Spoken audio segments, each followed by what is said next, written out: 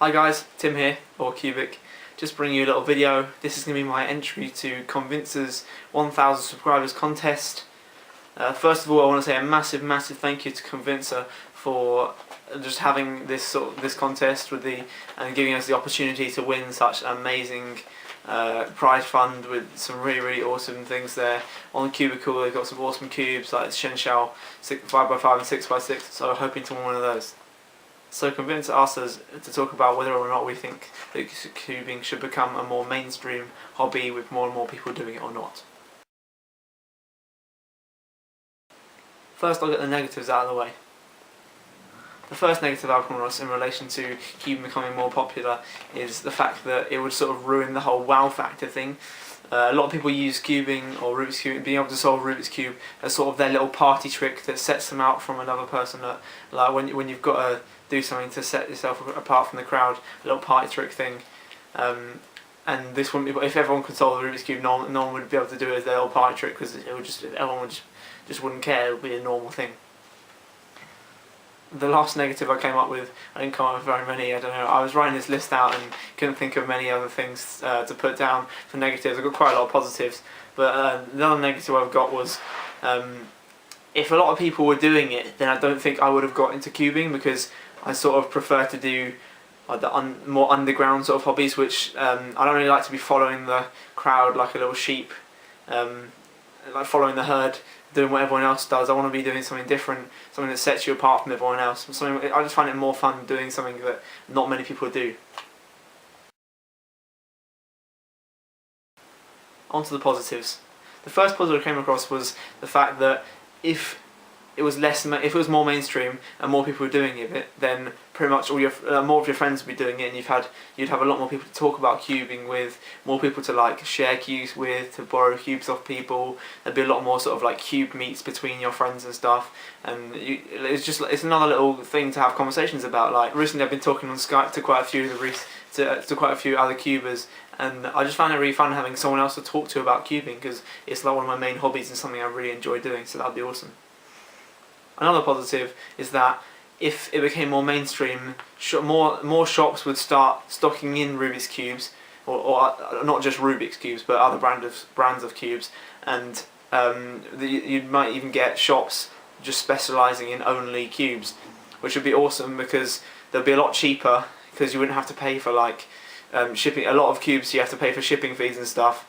Getting them shipped over from Hong Kong and America and all these other places, and so you wouldn't have to pay for any shipping fees, and it would just be, if shops did things like that, they'd buy bulk orders and stuff, so it would be a lot cheaper, and I think the price of cubes would go down quite a lot.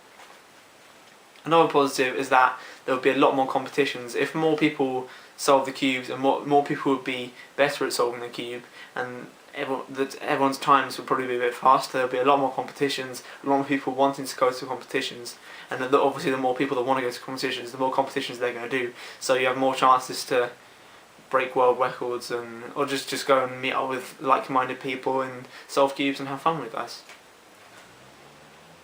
Another reason that I would prefer it if it was more of a mainstream thing is that it might sound a bit cheesy, but I find it really fun solving Rubik's Cubes, so I want other people to be having fun also. So I want other people to be solving cubes really. Like, I know that it's a fun thing to do, and I know that if a lot more people could solve a cube, they'd have a lot more fun solving it, and it would be, I wouldn't want people to not be having fun. It would be, if I know other people can be having fun doing something that I do, then I say to them, try this out. And I think a lot of people that I know that I've said to try out Rubik's Cube, I've taught a couple of people Rubik's Cubes, and a lot of people that I have sort of shown little bits to have found it very fun and have enjoyed it a lot, so I'd like everyone to have more fun with it. Another advantage would be being able to cube more in public.